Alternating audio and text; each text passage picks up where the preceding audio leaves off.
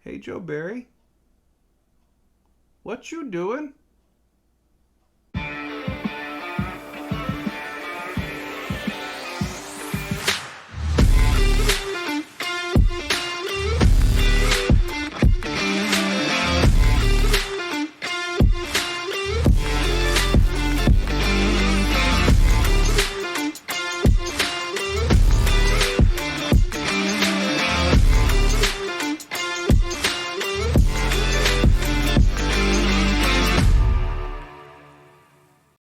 Welcome to another episode of Lombardi Time Brews. This one coming right at the end of the Packers versus Eagles Sunday Night Football matchup. Yes, the Packers do indeed fall to 4-8. Meanwhile, the Philadelphia Eagles move into double-digit wins, ascending to 10-1.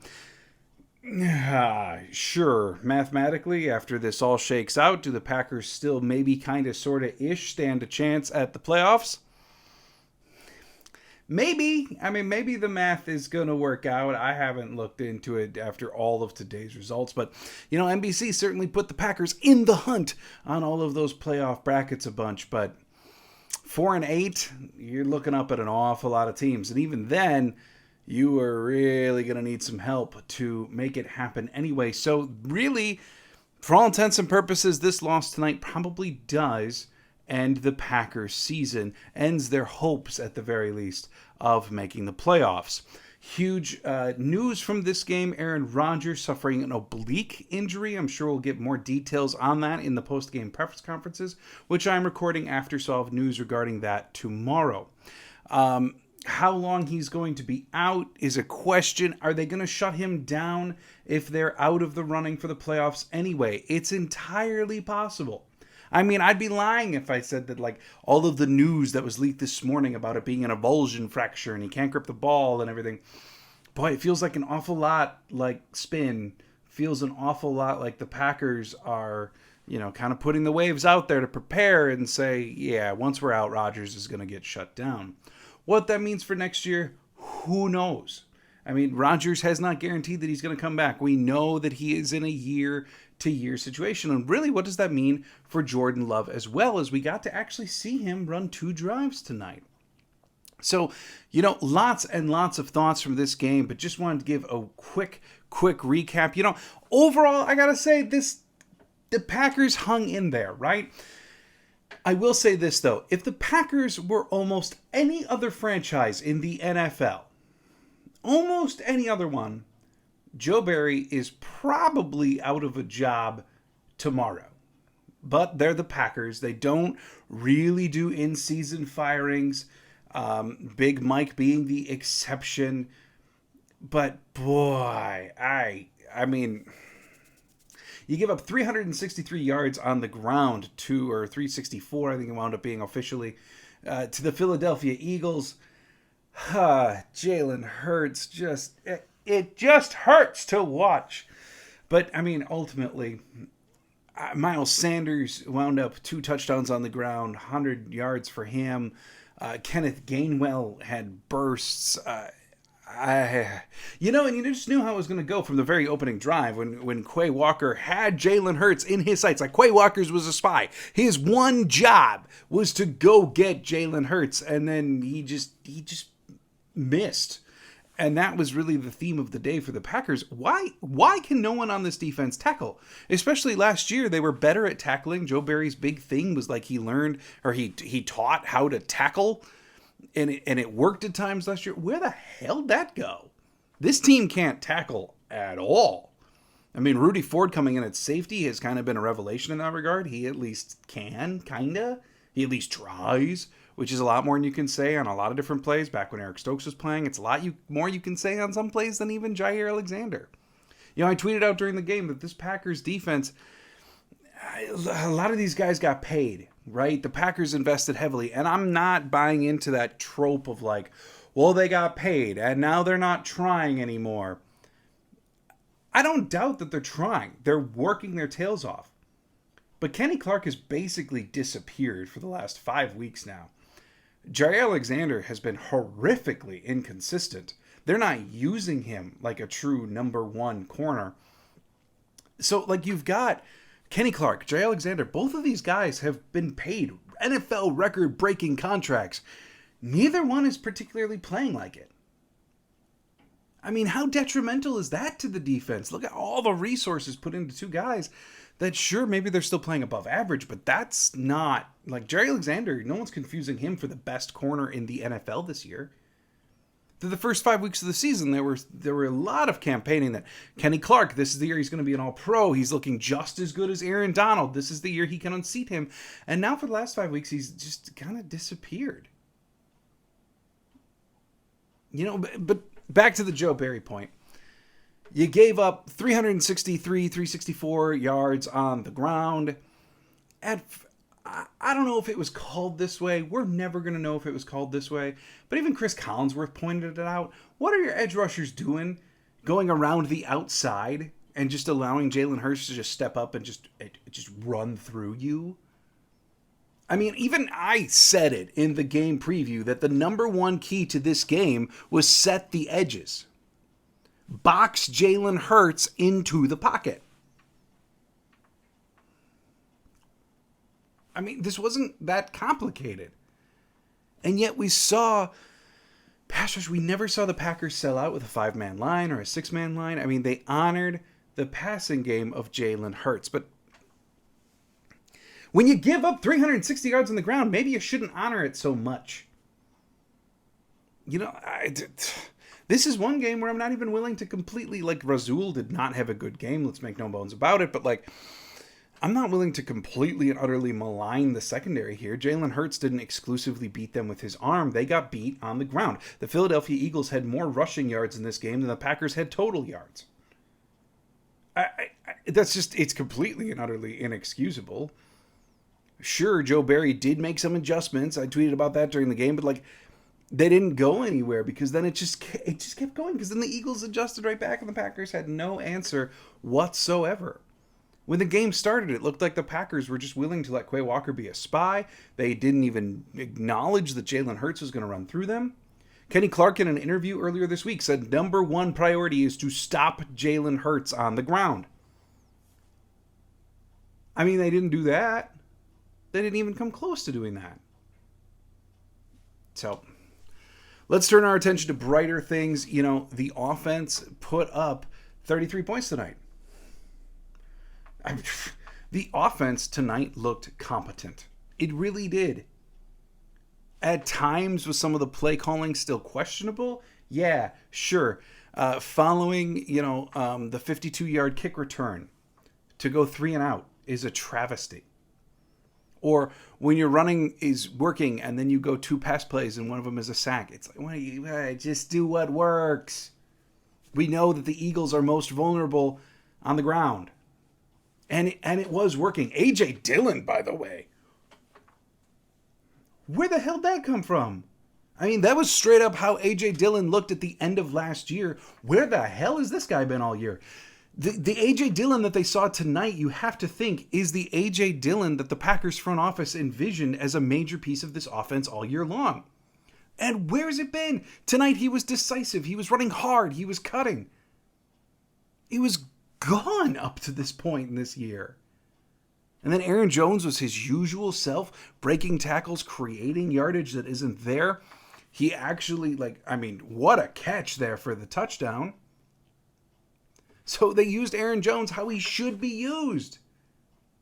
Aaron Jones was supposed to play a lot of receiver this year. And I don't mean full on like split out, but I mean just straight up catching the football and getting him the ball in space. He was supposed to be used like that a lot. At least everyone thought so. So, I'm very happy to see that from the offense tonight. Even Rodgers, short of suffering that oblique injury, I've been hard on Rodgers in past weeks, and oftentimes rightfully so, in that a number of his throws just aren't what they used to be. And I'm not saying it's age-related. I'm not blaming the thumb. It's just a fact. You can come up with any reason you want to. It doesn't matter. It's a fact that he's had a number of throws this year that just haven't gone where they should, that have been wobbly, that have been off target. But I didn't see that as much tonight. He looked good. And I'm not talking like MVP good, but like substantially better than we've seen for most of this season. And that was great. And then he suffers the oblique injury at a time when his playing time on the year may be coming to a close anyway. I do want to touch on Jordan Love. I have such high hopes for Jordan Love. It's the hate that he gets is so unwarranted. I mean, like, you want to be angry about the pick occurring itself? Fine. But what's the point in taking it out on him? He's a third-year quarterback who is good enough to be a first-round pick, whether you agree with it or not. And you know what? The version of Jordan Love that we saw tonight, that is a different quarterback than the guy who played in Kansas City last year. It just is. I mean, he came in and he was slinging it. And as soon as he came in, I said, look, one of two things is going to happen here. Either he's going to bomb and the haters are going to revel in this, or he's going to play great and the haters are just going to wipe it to the side and say, well, the Eagles are playing super loose, soft defense anyway. The game was over. The first pass to Watson, the 63-yard touchdown, only traveled in the air 11 yards. He came in, he was slinging it. Okay, that's a good thing. If you're a Packer fan, that should really be exciting. Why would you want the Packers to have not valuable assets? Even if you want Rodgers to stay starting for the next 10 years, okay, Jordan Love coming in and slinging it is good for his trade value. So root for it. Or Rodgers is going to be done playing soon. Jordan Love is still the heir apparent. Him coming in and slinging it is a good thing. Celebrate the good. There has been very little to celebrate this year. Celebrate the good. So, I mean, you've got Aaron Rodgers, who is looking better tonight. You've got Jordan Love, who came in and absolutely slung it. The running backs looked great tonight. Christian Watson didn't get really too much involved until Love came in, but then he showed his speed. Randall Cobb had some nice catches. Ultimately, you know, the offense looked competent, but it's like the one game that the offense looks competent and puts together good things. Even the offensive line against this Eagles front, which is stupid good. Yeah, the Packers' offensive line wasn't perfect, but they were good enough. And then the defense gives up 360 yards on the ground. Jalen Hurts still hurts them through the air. It's like, God, man, just play a complete game once. Hell, even special teams. Yes, Mason mixed the one extra point. So did Jake Elliott for the Eagles. Keyshawn Nixon. I mean, he must not have been showing these traits in camp, right? Either that or the leash on Amari Rodgers when he was the kick returner was way too long. I mean, Keyshawn Nixon is decisive and runs fast and hard. I was shocked that Keyshawn Nixon has the highest speed reach. This is from NFL Next Gen Stats. They tweeted it out during the game that Keyshawn Nixon has the fastest sprint speed that has been on the field so far for the Packers this year.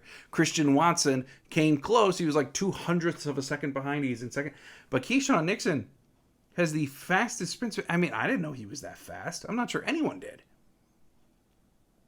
But as a returner, man, you see it. It's electric. That job is his. Now and in the future if they're able to retain him.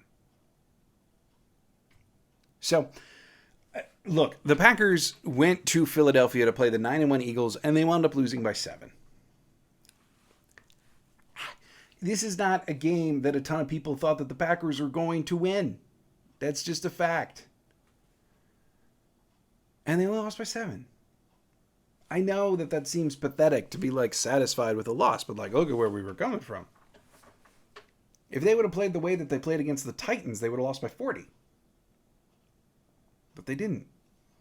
Especially impressive was the fact that they go down those 2 early scores to the Eagles and they march right back and do it. There have been times this season where this team would have just crumbled and fell apart.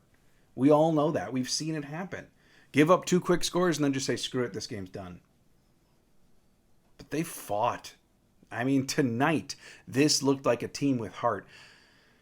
Problem is, now they've got these healthy pieces. Watson is there, and he is changing the offense. They're using the running backs more. The offense truly looked competent. The offensive line is healthy. It's not perfect. They're still healing. There's still flaws, but it is healthy and it's playing much better than it did earlier in the year. It's too little too late, right? They're 4-8. The way that this season closes, I think, is going to tell you a lot about the character of this team. Is this team going to stay fighting? Is this team going to get a massive attitude? A screw you type attitude? And I don't mean in the good way, I mean in the bad way. Are they going to be divisive with each other? Is the locker room going to fall apart? Yeah, I was really critical of the veteran leadership earlier this year when this team could just not fire itself up. Defensively, I still don't think they can. I don't think they have a true blue leader on that defense. And to me, it's got to be Rashawn Gary in the future. And he's out right now.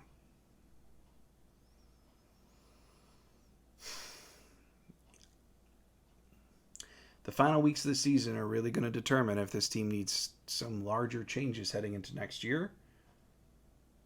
Or do they have the right temperament to run it back again? I think it's going to show what the Packers will do regardless of what all of our opinions are. So, I will be back tomorrow. I'm going to rewatch the game tomorrow morning, and then I'm going to give my shout-outs and get-outs. Who are the players that excelled? Who are the players that need to go tomorrow afternoon? So make sure you're on the lookout for tomorrow's video. Thanks for checking out Lombardi Time Brews. I do hope you have a great, great late night on this Sunday night. And as always, go Pack Go.